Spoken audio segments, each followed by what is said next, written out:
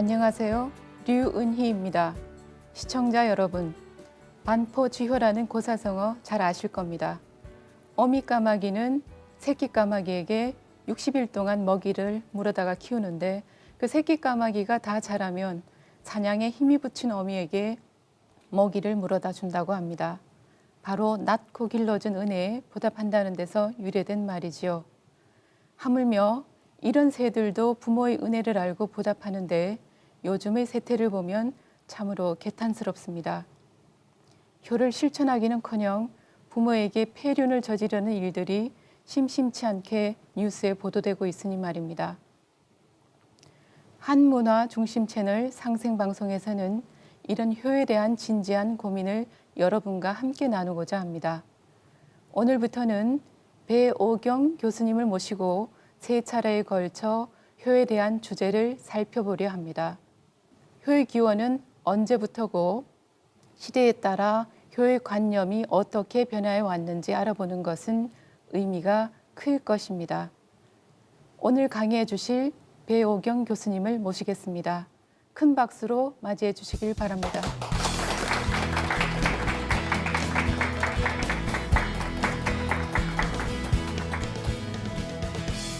사실 저희는 늘 이제 효에 대해서 당연한 것처럼 듣고 말하는데 구체적으로 효가 어떤 것인지 물으면 선뜻 답하기가 힘듭니다. 교수님께서 생각하시는 효의 정의는 어떤 것인가요?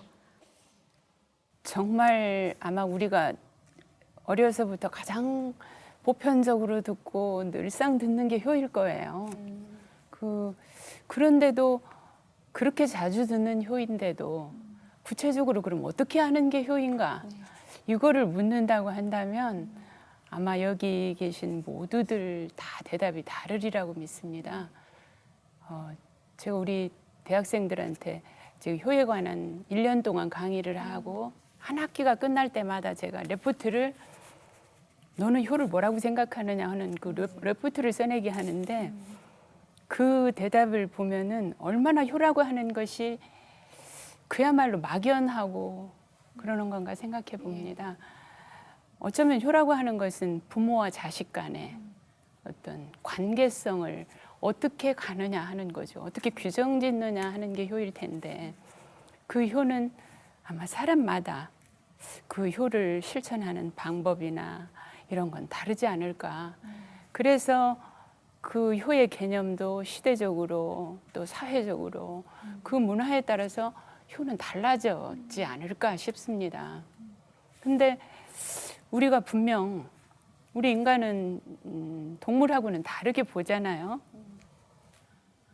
그렇다고 한다면 인간만이 가질 수 있는 효는 따로 있을 것 같습니다. 우리가 동물하고 분명하게 이와 같이 다르게 보는 데에는 그래서 저는 개인적으로 효가 뭐냐, 뭐를 효라고 생각하느냐 이렇게 한다고 하면은 제일 먼저 정성성을 생각합니다. 정성을 다하는 거. 그 방법은 다 달라지겠지만 정성을 다하고 사랑하고 배려하는 게 어쩌면 효가 아닐까. 근데 우리가 이와 같이 인간임을 규정할진된 그렇다고 한다면 인간이 갖는 그 효의 의미는 좀 달라야 되지 않을까 하는 생각을 해봅니다. 자, 그러면 교수님 강의를 본격적으로 청해 듣겠습니다. 자, 큰 박수로 자리에 모시겠습니다.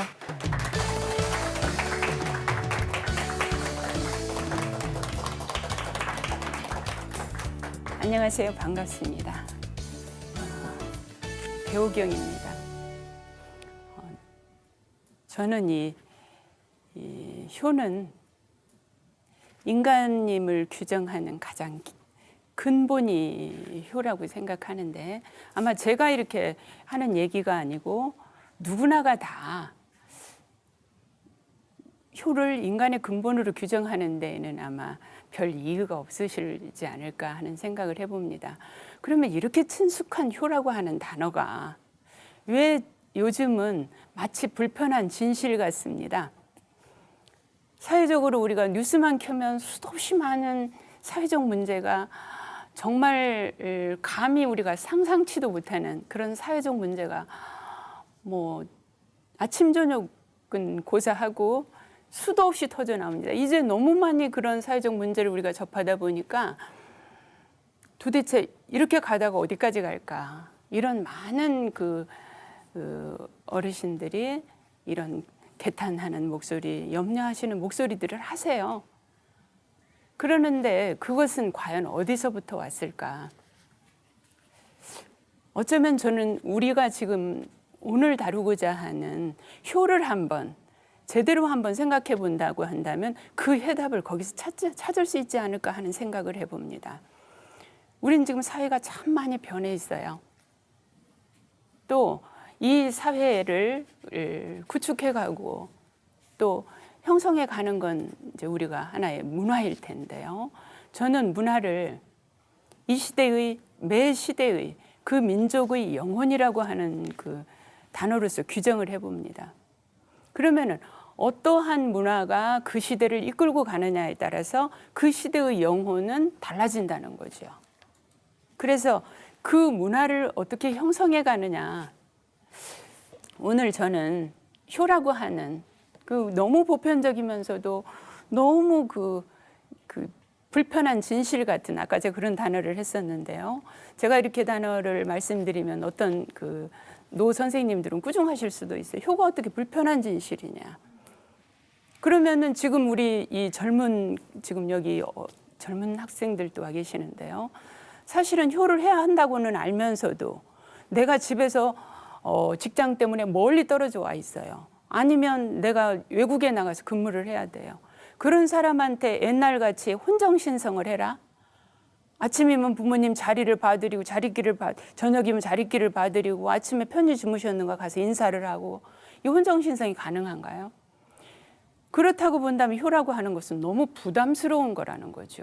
너무 당연한 것인데도 우리는 그 효가 지금 현 사회에서는 그게 부담스럽게 와닿을 수밖에 없는 거라는 거죠.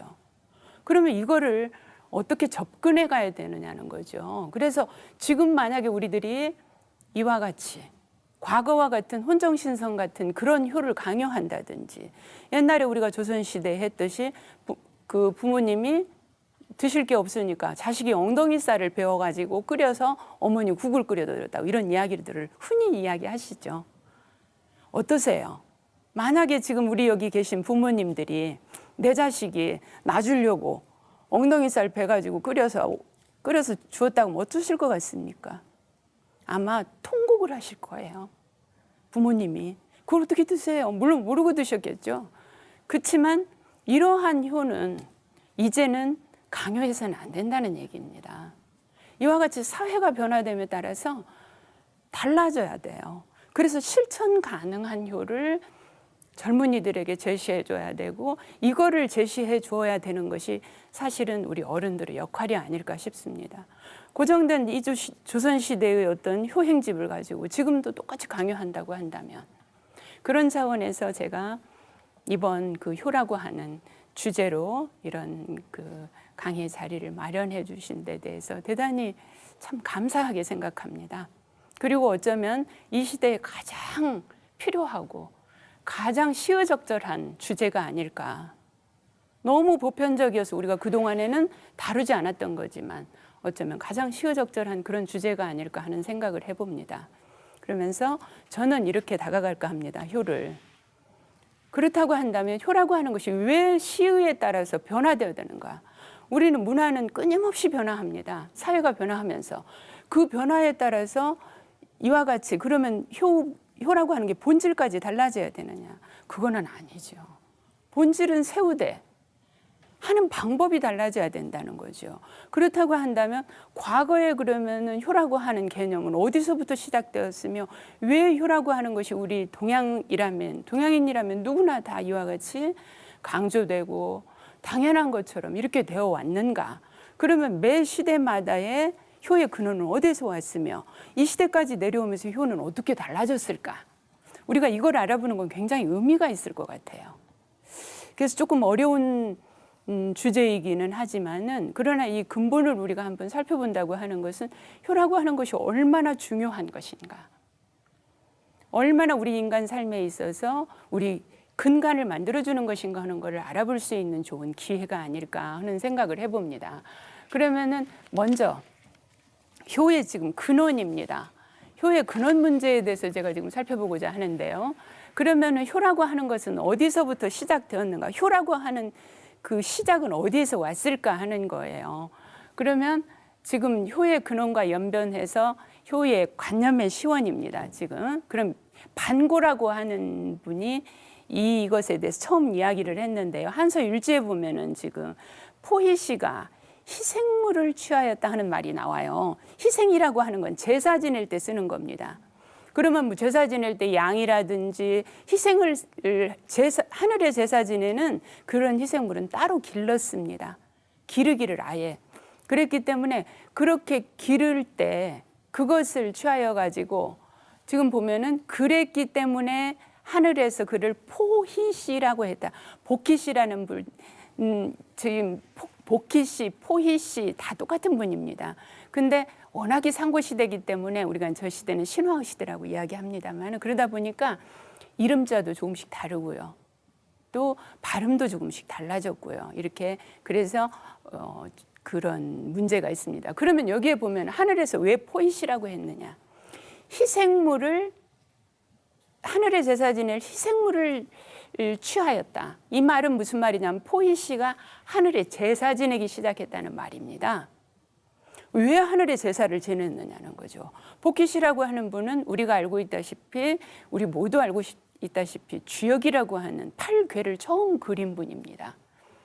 그러면은 복희씨가 왜 이와 같이 하늘의 제사를 지내기 시작했을까 하는 문제예요. 그거는 바로 뭐냐면 인간이라고 하는 존재에 대한 의미를 찾은 겁니다. 그럼 인간이라고 하는 건 어떤 존재인가? 바로 우리는 그거를 하늘과 땅과 그 사이에 있는 삼라만상의 대표적인 것으로서 인간을 꼽고 있습니다. 그러면 인간의 존재 가치를 이와 같이 최고로 올려놨다는 얘기예요. 그러면서 하늘에 이와 같이 당시에는 물론 신화의 시대이기 때문에 모든 것이 하늘이 주재하고 있었습니다. 우리 인간의 의지에서 살아간 게 아니라 하늘의 주재에 의해서 이렇게 생활했던 그런 시대이기 때문에 이와 같이 이 당시의 사회에서는 모든 것이 신의 의지에 의해서만 이루어지기 때문에 여기에 보면 지금 이제 구체적으로 나옵니다. 이기씨 적제사를 지냈어요. 적제사라는 게 뭐냐면 지금 여기 이게 적이라고 하는 제사 이름입니다. 이 제사는 뭐냐면 농사를 지으면 그 농사를 거두어 들여 가지고 그 농사를 지은 것을 가지고 제사를 지내는 그거를 적제사라고 합니다. 그럼 그게 언제부터 시작되었냐면 이기씨라고 하는 분부터 시작되었다고 하는 얘기가 나오는데 이기씨가 바로 신롱씨입니다. 우리가 알고 있다시피 신롱씨가 처음 농사 짓기 시작했다고 하거든요. 그렇다고 한다면 이와 같이 처음으로 이 신롱씨라는 분이 농사를 짓는 법을 백성들에게 가르치고 그 농사를 거두어 들여 가지고 여기 보면은 새 12월이 되면은 그 농사 지은 것을 만물을 취하여서 합한다 그랬죠. 그래서 이것을 취하여서 하늘의 제사를 지내서 적제사를 지내 가지고 하늘에다가 감사의 표시를 하는 겁니다.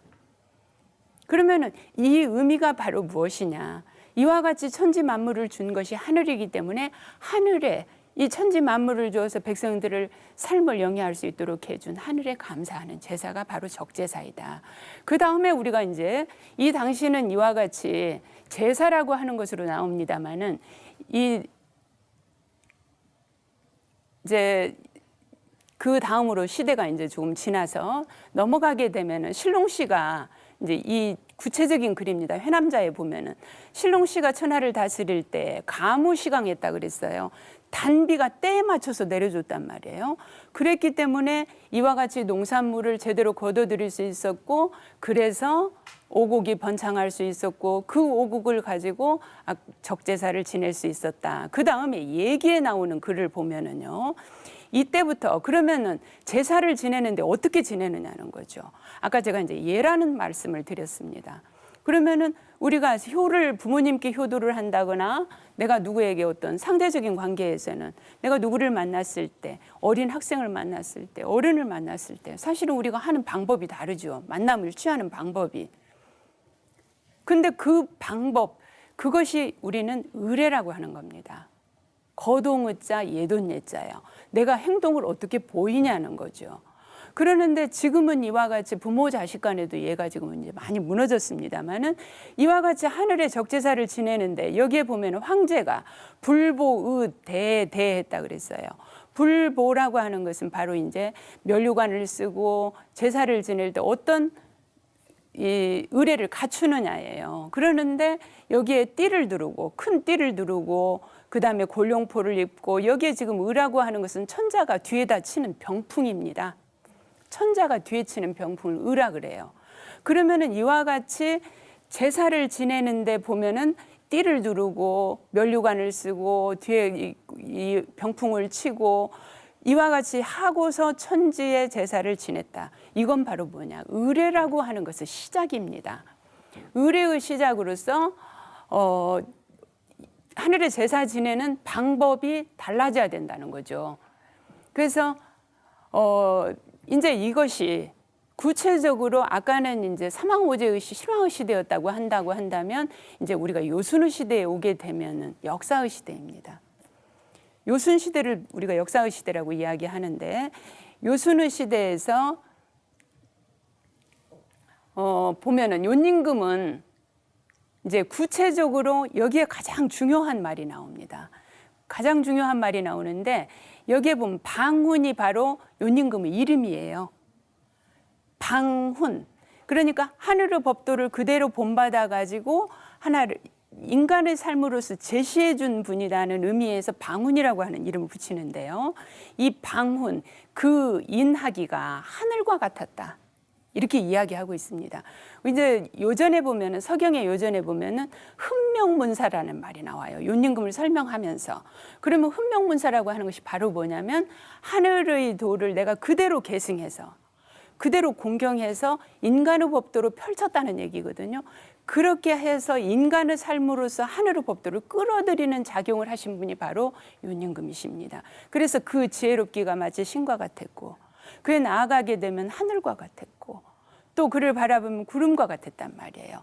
이렇게 해서 여기에 보면은 지금 우리가 이 요님금의 한 업적 중에 천도를 밝혔다. 교제사예요. 이거는 고교이 명천도 했는데 교제사를 지내서 하늘의 천도를 밝혔다고 하는 대목이 나옵니다. 그러면은 또 수법 1월 성신했다. 1월 성신을 음양오행의 1월 성신을 헤아려 가지고 그것으로서 그 역수 법도를 만드는 거, 역법을 만드는 거예요. 이렇게 해서 이것을 경수민시했다고 하는 말이 나옵니다. 경수민시라고 하는 것이 바로 공경스럽게 인간의 시간으로 정착하는 거예요. 천시를. 하늘의 원형이정이 펼쳐지고 이와 같이 봄, 여름, 가을, 겨울 때에 맞춰서 이와 같이 운행되는 이것을 인간의 법도로서 천시를 인시로서 펼쳐서 그렇게 실현할 수 있도록 해준 게 요님금이라는 거죠. 그것을 이제 순임금 때 오게 되면 아주 중요한 일을 하시게 됩니다. 우리가 이제 순임금은 요님금이 돌아가실 때까지 섭정을 오랜 동안 합니다. 30년 동안을 섭정을 30년을 하셨기 때문에 요님금이 뭐를 하라고 이렇게 순임금의 명령을 내리냐면 신휘오전하라는 말이 나와요. 삼가 오전을 밝혀라, 빛내라 이 말이거든요. 그러면 오전이라고 하는 것이 뭐냐?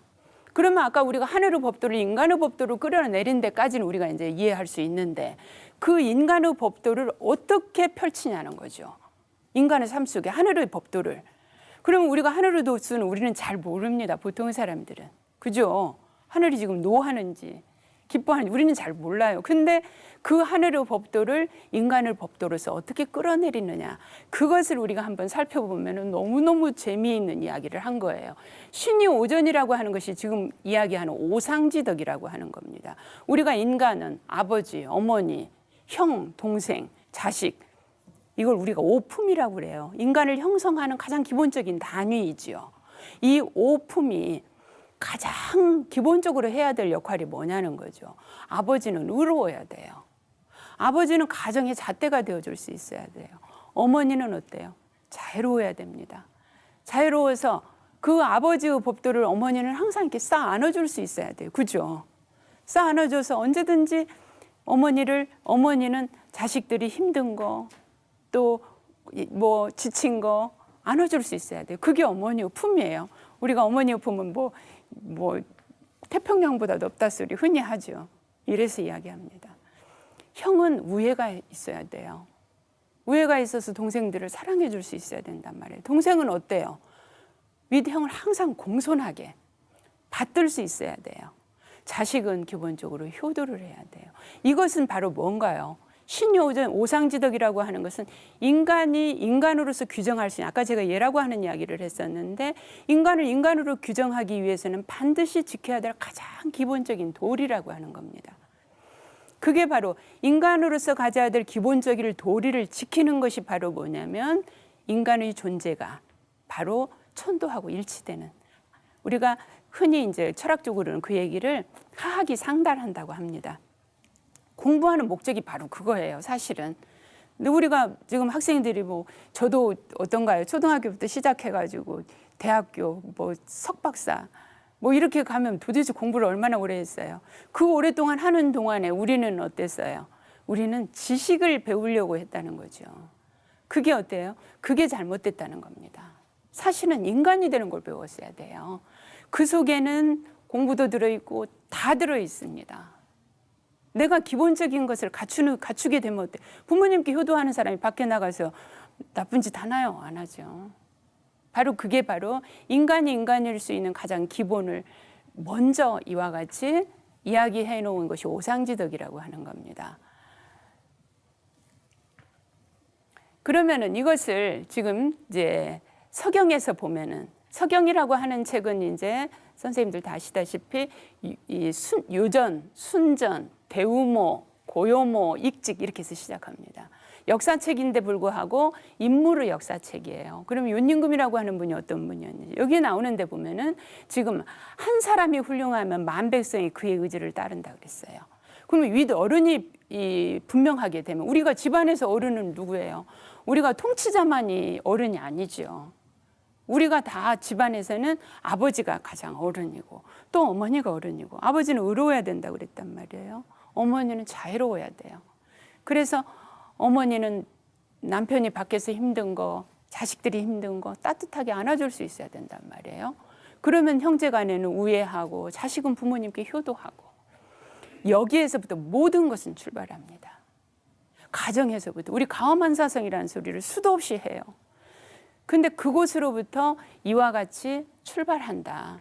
근데 나라에서는 어때요? 통치자가 반듯해야 돼요. 흔히 통치자의 위치를 우리가 시경에서는 절피남산하니 하고 이야기합니다. 깎아지른 듯한 저 남산의 절벽이요, 모든 사람들이 그를 바라보고 있어요. 그죠? 모든 우리 남산의 높은 바위 어때요? 다 내가 바라본단 말이에요.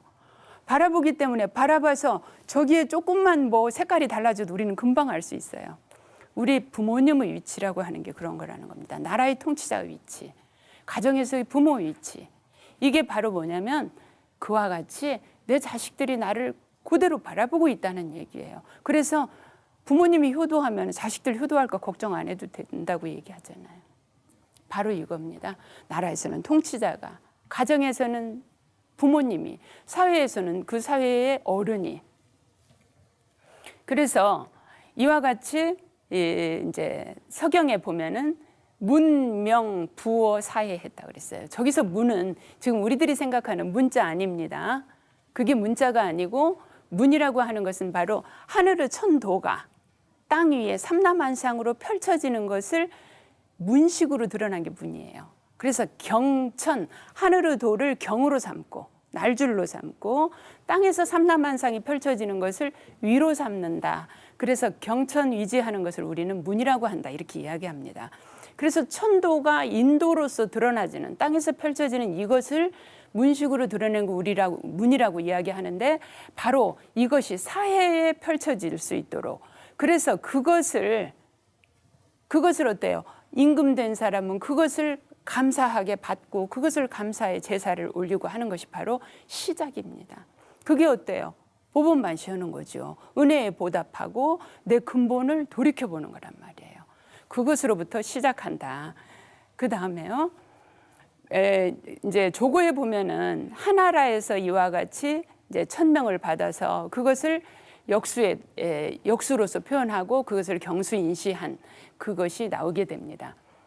이제 그 다음에 보면은 은나라 때가 이제 구체적으로 이제 나라가 형성이 됐을 때예요. 아까 이제 윤임금, 순임금을 지나가지고 하나라로부터 시작해서 이제 나라가 형성이 되죠. 하나의 국가로서.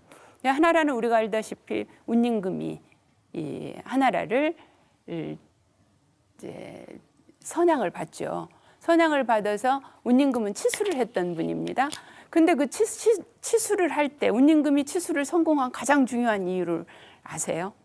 바로 천도를 그대로 따랐습니다. 뭐 어떻게 따랐느냐? 물길을 내는데요. 물길은 길이 있다 그래요. 물의 길이. 그 길을 따라서 낸 거예요. 그 길을 따라서 물이 바로 흐를 수 있도록. 그것이 바로 뭐냐면은 우리가 천도를 인도로서 쓰는 방법입니다. 우리가 살아가는 것도 마찬가지라는 거죠. 그래서 여기에 보면은 지금 경천 의식을 하는데 은나라와 상나라 때 이와 같이 하늘을 공경하는 의식을 가졌는데 어떻게 했느냐. 통치권에 6태를 두게 됩니다. 그러면 6태를 뒀는데 저 6태라고 하는 것이 무엇이냐면 그럼 나라를 다스리는 데 있어서 제일 중요시 여겼던 게 무엇인지를 우리가 알게 하는 대목입니다. 이게 이제 한나라, 은나라부터 시작해가지고 하나의 국가로서의 단위가 형성되었기 때문에 그럼 나라를 다스리는 데서 제일 중요시 여겼던 게 무엇이냐. 여기에 보면은요. 천자가 천관을 세우는데 그랬어요. 이 천관이라고 하는 것이 바로 뭐냐면 하늘의 제사를 예를 지내는 그 일이에요. 그 일을 관장하는 것을 천관이라고 합니다. 그러는데 거기에 6태를 뒀단 말이에요. 그러면 6태가 뭐냐면은 이 태제라고 하는 사람은 뭐냐면은 태제는 예를 만드는 사람입니다. 그러면 내가 하늘의 예를 아무 때나 지내면 안 되죠. 예를 만들고 태종은 이 예를 집행을 해요. 종백으로서 이와 같이 하고 그리고 그 일을 전체를 태사는 관장을 해줘요. 그 다음에 여기에 보면은 태축이 나오는데 태축은 바로 뭐냐면은 하늘에 점을 쳐요. 그냥 하는 게 아니고 점을 치고 그 다음에 그 예를 하늘의 운행이라든가 이런 것을 관장해서 태복음 복서를 찾는단 말이에요. 그러면 이와 같이 하늘의 제사를 지내는 데 있어서 단 한 가지도 저와 같이 6태를 두어서 한 가지도 그냥 소홀하게 하지 않았다는 얘기. 이게 바로 뭐예요? 그러면 우리가 예를 행하는 방법이 따로 있다고 하는 겁니다. 그래서 그와 같이 이제 얘가 행하는 방법이 이 시대에 따라서 우리가 달라지고 있다는 걸 알 수 있죠. 그러면 사망오제의 시절의 그런 보본반시하는 것은 하늘의 제사 지내는 거였다. 그 다음에 신롱시부터 시작해서 농사를 지면 보본반시 의미로서 제사를 지냈다. 제사를 지냈는데 아까 이제 우리가 통치권이 형성이 되어지고 국가의 규모가 완성되어지면서 국가적으로 이제 하늘의 제사를 지내게 되는 겁니다. 그 다음에 여기 애기에 보면은 지금 이제 그 당시에는 조상에게 제사를 지냈다기보다는 그 민족의 공훈을 기준으로 제사를 지냈었습니다. 하나의 국가 단위로서 했다는 걸 알 수 있어요. 근데 이 밑에 오게 되면은 이제 조종의 제사 지내는 게 나오게 됩니다. 그러니까 우리가 운임금의 아버지가 곤인데 곤도 치수를 했었습니다. 그래서 구체적으로 이 운임금이 곤이 종우했다 그랬단 말이에요. 곤에게 교제사로서 그러니까 우가 제사를 지내는 거예요. 그러면 이건 뭐예요? 조상에게 대한 제사죠. 조상에게 대한 제사는 바로 하늘의 제사를 지내는 예에서부터 시작돼서 내려오게 됩니다. 조상에 왜 제사 지내요? 우리가 보본반시하는 거죠. 이와 같이 내가 있게 한 거 우리 조상이 있었기 때문이잖아요. 그래서 조상에 대한 예입니다. 이거는. 그래서 이와 같이 이제 설림금이 이 탕이 설림금에게 이게 개자입니다만은 사람 이름 설자입니다. 은나라를 세운 사람이에요. 그 당시는 이제 상나라죠. 하은주 하는데 상나라의 시조입니다. 근데 그 저 시조인 이 설은 순임금의 신하였는데 순임금이 저 설에게 백성들에게 교육을 인간이 기본적인 도리를 가르치라고 하는 교육을 맡겼던 사람이에요. 그랬는데 이 탕림금은 이제 나중에 천자를 이뤘던 사람이죠. 거를 치고요. 그래서 탕림금이 자기의 시조인 설에게 제사를 지냈다. 그래서 그 다음에 이제 보면은 본격적으로 이제부터는 조종에 대한 제사가 나옵니다. 그러니까 자기 조상님에 대한 제사입니다. 지금까지는 이제 국가적으로 지낸 제사였다고 한다면 자기 조상님들에 대한 제사가 시작되었는데 주나라라고 하는 나라는 사실은 좀 특이한 나라입니다. 주나라라고 하는 나라는요. 지금 우리가 많은 유학이 완성된 것이 이제 주나라인데 주나라는 탄생설화부터 조금 특이합니다. 탄생설화에 보면 주나라의 탄생설화는 강원이라고 하는 유대씨의 딸이 이 강원이라고 하는 분이 나오게 되는데 강원에 의해서 태어난 게 직이라고 하는데 이 직이 하늘의 아들로서 설정이 됩니다. 하늘의 아들로서. 그러면 후직의 입장에서 보면 어떤가요? 아버지이면서 하늘이죠. 근데 후직이라고 하는 분은 순임금의 신하였는데 순임금으로부터 농사 짓는 법을 백성들에게 가르치라는 명을 받습니다. 그러면은 주나라는 농업국가로 시작한다는 걸 알 수 있죠. 그래서 이와 같이 농업국가로 시작했기 때문에 1년 동안 농사를 짓고 그거를 거두어들이게 되면은 당연하게 어때요? 자기 아버지이면서 하늘에게 제사를 지내는 겁니다. 그러면은 거기에서부터 뭐가 시작돼요? 배천 제조하는 겁니다. 배천하는 겁니다. 배천은 하늘하고 짝이 되는 거죠. 이건 굉장히 다른 의미를 부여합니다. 철학적으로도 그렇고. 그래서 지금 우리들이 생각하고 있는 이러한 사상의 근원이 주나라의 탄생설화로부터 시작된다는 걸 알 수 있습니다. 그래서 천조가 일여가 됩니다. 하늘과 조상이 일여가 된다. 하나가 똑같아집니다. 굉장한 의미죠, 이거는. 그래서 이와 같이 주나라의 탄생으로부터 시작해서 이제 효의 관념이 구체적으로 시작된다고 하는 걸 알 수 있습니다. 그러면 조상님들에 대한 이와 같은 이제 제사의 의식이 이제 완성이 되어진다는 거죠. 우리는 주나라의 조상님께 제사하는 이러한 것으로부터 인문의 의의가 탄생이 됐다 이렇게 이야기해요. 근데 이제 인문이라고 하는 것을 완성시킨 건 공자입니다. 그럼 인문이라고 하는 것이 뭐냐? 인간의 존재에 대한 가치를 부여하는 거예요. 그동안에는 우리가 신에 의해서 모두가 주재됐다고 생각을 한다면 나의 의지는 상관이 없이 모든 것이 신에 의해서 내 삶이 주재되었다고 봤다고 한다면 인문정신이라고 하는 건 그게 아니고 나의 의지, 하늘이 아무리 천명을 나한테 좋은 천명을 내려준다고 하더라도 어떤가요? 내가 그걸 받을 의지가 없으면 내가 가령 예를 들어서 걸림금이나 준임금처럼 포악해요. 폐륜적인 행동을 해요. 그러니까 인륜을 어기는. 그렇게 되면은 결국은 하늘의 명은 바뀌어진다는 얘기예요. 그것이 바로 혁명이라는 말이 그 말입니다. 바꿀력 명명. 그러니까 명을 바꿔버리는 거예요. 이것이 바로 인문정신입니다. 그러면 하늘의 명을 받고 안 받고의 의지는 어디에 달려 있어요? 나한테 달려 있어요. 내가 어떻게 하느냐? 내가 과연 인간의 도리로서 인간의 도리를 다해서 내가 하늘에서 받은 귀한 이 몸을 또 부모님에게서 이 육체를 받은 이 몸을 내가 그 도를 그야말로 제대로 실천하게 되면은 온전하게 천도를 실현하는 것이고 그렇지 못하면 명이 바뀐다고 하는 생각입니다. 그래서 이와 같은 사상은 인문정신이라고 하는 건 우리에게 굉장히 인간의 가치를 높여주는 일이 된다.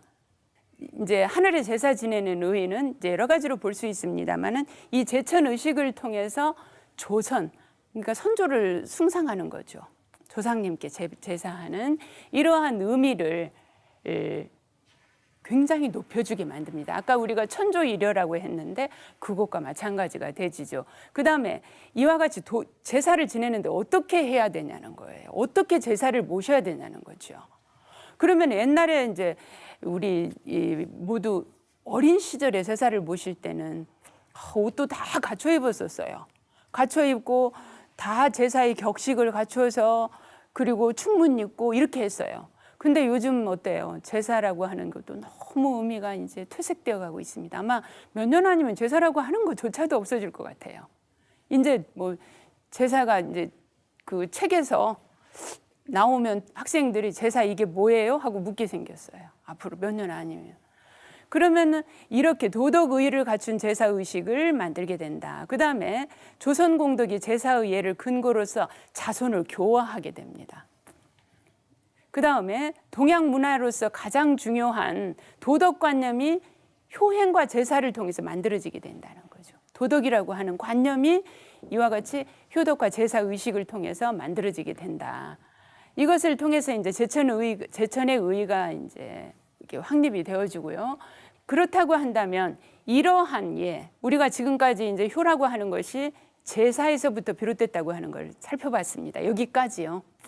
그러면 제사의례는 지금까지 우리가 살펴보면은 고대에는 그냥 무조건 신의 하늘의 제사 지냈던 게 구체적으로 이제 내려오게 되죠. 내려오면은 바로 공훈을 이룬 선조, 또 나라의 공훈을 이룬 사람. 그 다음에 이제 그게 주나라로 넘어오면서 본격적으로 하늘과 조상이 일치되어지는 천조일이라고 하는 것으로 내려오게 됩니다. 그 다음에 이제 주나라 말기에 오게 되면 공자에 의해서 이와 같이 모든 것은 나로부터 비롯된다고 하는 게 시작되죠. 그래서 인문정신입니다.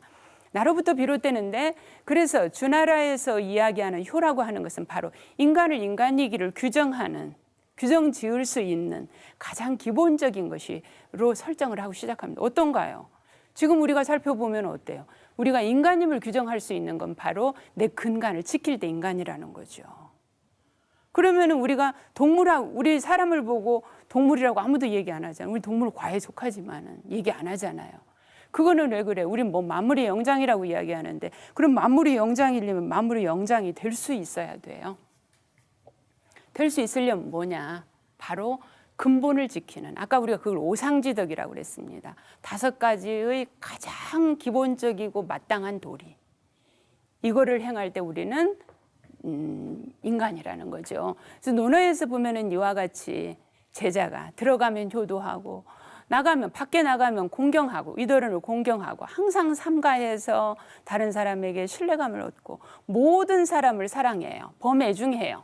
근데 뭘로 하느냐? 친인한다는 거죠. 인으로서 행한다는 거예요. 모든 사람을 사랑하되. 그리고 행유여력하거든 즉위학문이라고 그랬어요. 그럼 우리가 어떤가요? 지금 우리가 자녀들을 가르치면서 저도 이제 제 아이들을 교육시키면서 인간 교육을 시켜야 되겠다고 늘 생각하면서 염두에 있는 건 늘 어째요? 성적이에요. 학교에서 1등 하면은 뭐 조금 잘못해도 제 1등 했으니까 좀 봐줘진다는 거죠. 그게 아니죠. 공부는 인간이 되고 나면 내가 가령 부모님께 효도하는 사람 밖에 가면 공부 다 잘해요. 기본이 되어 있는데 뭐를 못하겠어요. 밖에 나가서 어른 공경하고 자기 맡은 일을 성실을 하게 하고 온 성의를 다하는 건 당연한 겁니다. 그래서 지금 이와 같이 효를 하게 되면은 백행의 근원이라고 이야기하는 것이 바로 그 원인입니다. 이와 같이 효라고 하는 것은 그럼 뭐냐? 바로 우리가 지금까지 살펴보면 어때요? 인도가 천도하고 일치되는 것, 이게 효입니다. 여기는 지금 우리가 천임합덕하는 것, 이것이 바로 다른 말로 하면은 효이다. 그러면 효라고 하는 것이 뭐냐? 효를 통해서 우리는 인을 실현한다는 거죠. 효를 통해서 인을 실현하기 때문에 중용해 보면은 성이라고 하는 것은 천지도하여 성을 생각하는 것, 사성자, 인지도하는 말이에요. 내가 어떻게 할까 하는 것을 생각하는 것은 인지도하는데 이거하고 천도와 인도가 일치되는 거, 그게 바로 효입니다. 그러면 공자님은 효를 어떻게 규정했느냐? 공자님이 규정하는 효는 논어에서 보면 14군데에서 효가 나옵니다. 효라고 하는 게 논어 전체에서요. 근데 이 14군데에서 효가 다 다르게 이야기를 하고 있어요. 지금 효를 우리 여기 이제 그 방청자들 와 계시는데요. 우리 저기 예쁜 학생 어떻게 하는 게 효 같으세요? 부모님께 어떻게 하는 게, 효는 부모님께 하는 거니까 어떻게 하는 게 효 같으세요? 생각 기쁘게 해요. 그렇죠? 부모님을 기쁘게 해드리는 거예요. 참 맞는 말이에요. 부모님을 기쁘게 하는 거예요, 사실은. 근데 기쁘게 하는데 어떻게 기쁘게 해야 될지 막연하죠, 사실은. 엄마 설거지를 좀 해드릴 수도 있을 거고, 엄마한테 핸드폰으로 예쁜 메시지를 보낼 수도 있을 거고, 방법은 굉장히 다양하지요. 공자님께 많은 제자들이 효를 물었어요. 근데 그 효를 공자님은 다 다르게 대답하셨습니다. 왜 그러느냐? 그 사람에 맞는 효는 따로 있다는 겁니다. 가령 예를 들어서 어린아이한테 우리가 어려운 효를 갖다 강요한다면 그 어린아이한테는 아무 해당이 없는 얘기예요. 그렇기 때문에 그 사람에게 맞는 효는 각자가 다 따로 있다는 거예요. 그러면 이러한 가장 개인적인 어떤 이러한 실천을 통해서 무엇을 이끌어내는 거냐? 사회적 최고의 교육 효과를 얻을 수 있는 게 바로 효라고 하는 겁니다. 개인적인 행동을 우리가 교화됨으로 인해 가지고 사회적 최고의 목적을 달성할 수 있는 것이다. 그러면 그것이 바로 여기에 보면은 지금 맹유자가 효를 물었어요. 그러니까 뭐라고 대답했냐면 무인이라. 아까 우리 저 친구 부모님 기쁘게 해드린다 그랬죠. 기쁘게 해드리는 게 바로 뭐냐면 부모님이 바라시는 기대감을 어기지 않는 거지요. 어김이 없는 거. 부모님은 뜻에서 어김이 없고 부모님은 바람에서 어김이 없고, 이게 효라고 공자님이 대답해 주셨습니다. 근데 사실은 저기서 공자님은 더 큰 걸 말씀하셨어요. 근데 더 대답을 안 물었어. 물어야 되거든요. 근데 안 물었어요. 그러니까 공자님이 대답을 안 해줬어요. 그 이상은. 그냥 무인이라 하니까 아마 이 제자는 그랬던 것 같아요. 그냥 부모님 뜻을 어기지 않는 것이라고 알아들었을 거예요. 근데 공자님은 그 무의라고 대답하신 게 아닙니다. 뭐냐면 천도와 어긋나지 않는 거라고 대답해 주려고 해서 더 물으면, 근데 안 물었단 말이에요.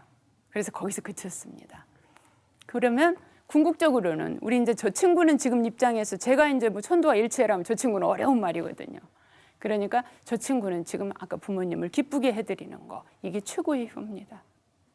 그러면은 맹무백이 물었어요. 맹무백이 효를 물으니까 부모님이 질병을 걱정하지 않게 하는 것이다 그랬단 말이에요. 그 다음에 자유가 물었어요. 자유가 효를 물으니까 뭐라고 대답을 했냐면 오늘날의 효도는 능양하는 걸 효라고 여긴다. 그럼 능양이 뭐냐? 우리가 개나 소 기르는 게 양이에요. 부모님을 공경하는 마음이 없다면, 부모님을 정말로 존경하는 마음이 없이 그냥 때 되면 먹을 거 주고 옷 입혀주고, 이거는 개나 짐승 기르는 것도 다를 게 없다는 거죠. 그 다음에 자아가 물었어요. 자아가 물으니까 뭐라고 그랬냐면 생난하나니 하고 대답해요. 얼굴색을 부모님을 뵐 때마다 정말로 화한 얼굴색을 갖기가 어떠신가요? 쉬울 것 같으세요? 참 어렵습니다. 우리 저기 예쁜 학생들이 왔는데 정말로 어때요?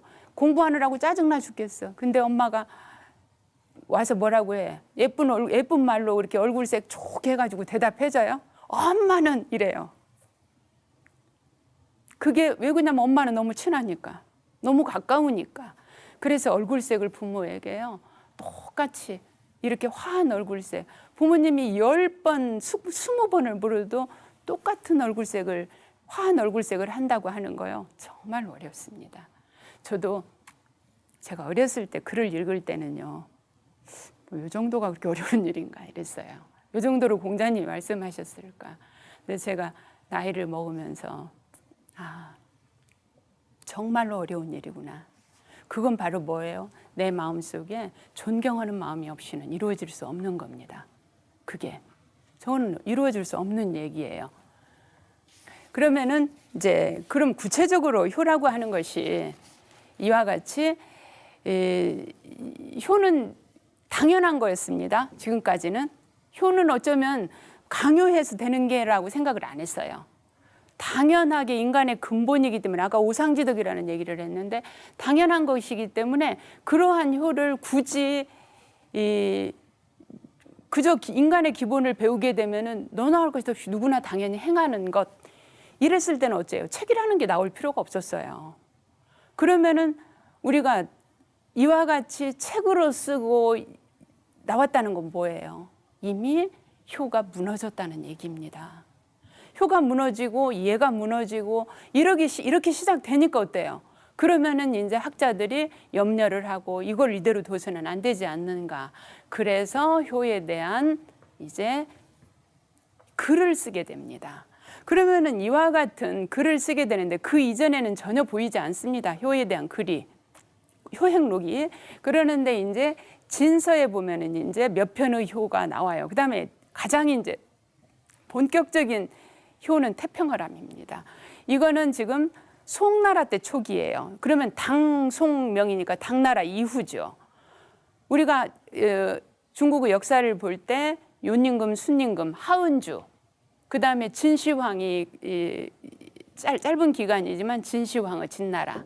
그다음에 한나라가 들어섰고요. 한나라가 망하고 위진남북조가 들어섰고 위진남북조가 망하고 수나라가 천하통일을 하죠. 그지만 수나라는 역사적으로 짧죠. 수 문제가 통일을 하지만 수양제에 의해서 망해버리니까 그 다음에 들어선 것이 당나라란 말이에요. 당나라가 들어서서 유학으로서 나라를 다시 다스리고자 합니다. 근데 그렇게 해서 당나라의 태평성대를 이루었는데 그 당나라가 망하고 들어선 나라가 송나라예요. 당송이니까. 송나라에는 이와 같이 당나라 때의 그런 화려했던 그런 문화가 무너지기 시작하면서 형식적인 것이 강조되어집니다. 모든 게. 그리고 글도 사치스러워지고 문화도 사치스러워집니다. 그러면서 나온 것이 태평어람이라고 하는 거예요. 그러면 이와 같이 유화구도가 무너지고 이렇게 되면서 도가 무너지면서 글로서 이와 같은 게 나와줘야 될 필요를 느꼈다는 얘기예요. 저런 글이 나왔다고 하는 건. 그래서 태평어람에 보면은 이와 같이 본격적으로 효에 대한 게 나옵니다. 효감, 효상, 뭐 효중, 효하, 효녀 해가지고 이렇게 본격적인 효에 관한 글이 나옵니다. 근데 그때에 태평어람이 나오기 시작하면서 우리나라에서 효행집이 나오게 됩니다. 저 영향을 받아가지고. 그래서 우리나라에도 그 이전에는 효행집이 없었어요. 그래서 본격적으로 효행집이 나오게 됩니다. 그러면 성현들이 말하는 효의 성질은 뭐냐? 효라고 하는 건 도대체 뭐냐? 인애경예입니다. 그러면 아까 인이라고 하는 것은 효행을 통해서 오는 겁니다. 인은 전체고 전체라고 한다면 그 인을 실현하는 방법은 뭐냐? 효로부터 시작한단 말이에요. 효로부터 시작하는 것이기 때문에 인애경예라고 하는 것은 결국은 다 본질적으로 하나입니다. 그 다음에 인의 본질은 결국은 뭐예요? 사랑하는 거예요. 어질매 본질은. 여기서 인은요. 인의지신 할 때 하나의 인이 아닙니다. 인의애지신 전체, 본성의 전체를 다른 말로 하면 인입니다. 그래서 이것에는 사랑이 반드시 근간이 되지 않고는 인을 실현할 수가 없죠. 그러면 효라고 하는 것은 바로 인성과 예성을 모두 갖추고 있는 게 효란 말이에요. 그러면 우리가 효는 어때요? 부모와 자식 간의 관계예요. 이것은 강요되지 않아도 짐승도 아까 우리가 사회자님이 반포지요 말씀하셨어요. 하다못해 미물도 내버려 둬도 부모와 자식 간에는 친해요. 우리가 어때요?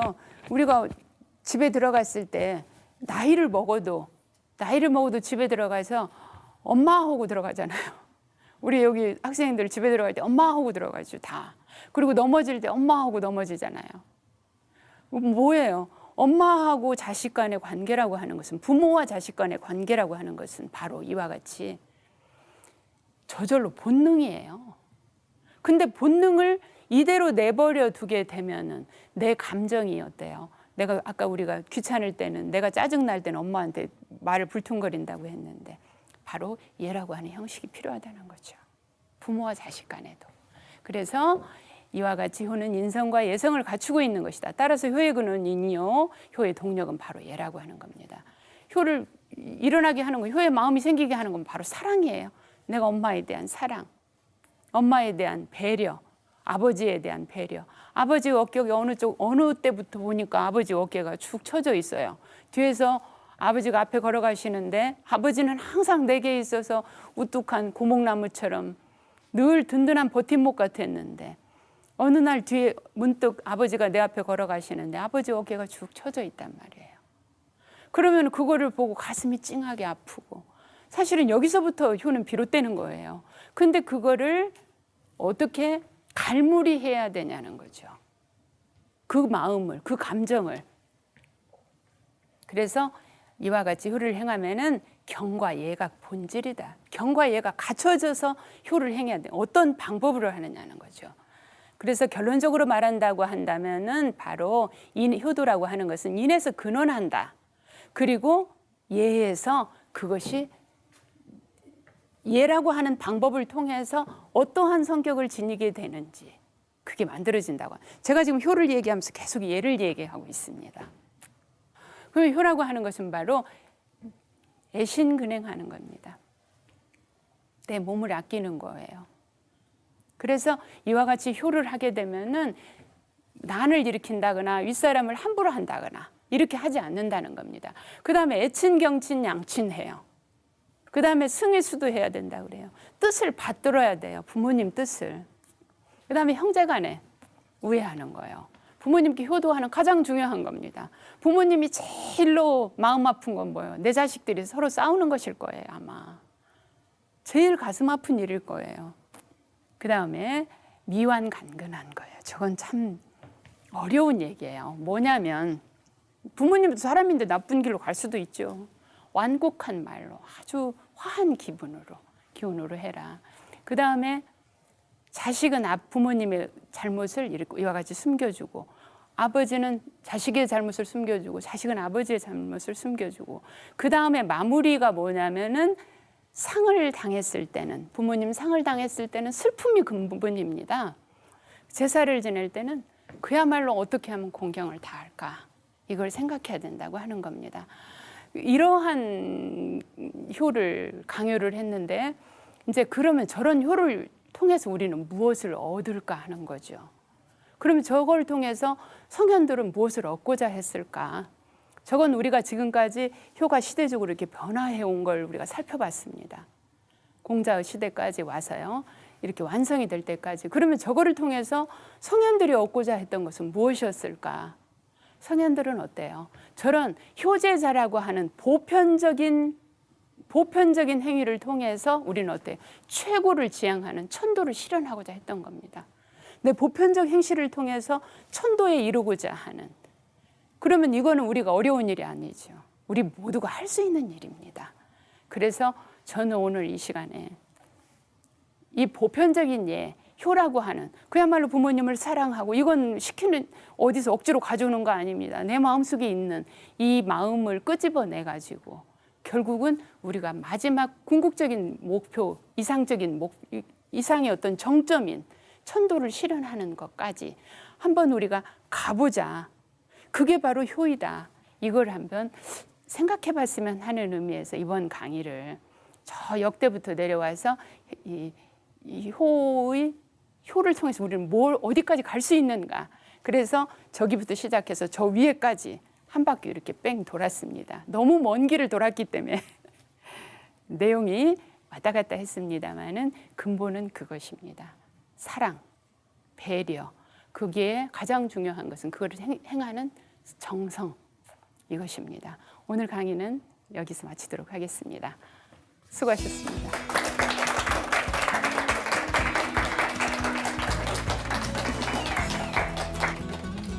네, 우리가 막연히 알고 있는 효의 개념을 동양 성현들의 많은 말씀을 들어서 자세히 설명해 주셨습니다. 효의 의미에 대해서 깊이 생각해 볼 수 있는 시간이 되었으리라 믿습니다. 한문화 중심 채널 상생방송이 마련한 가효국중, 날로 퇴색하는 효에 대한 진지한 반성과 실천의 그루터기가 되기를 기대하면서 이 시간 마치겠습니다. 시청자 여러분, 함께해 주셔서 고맙습니다.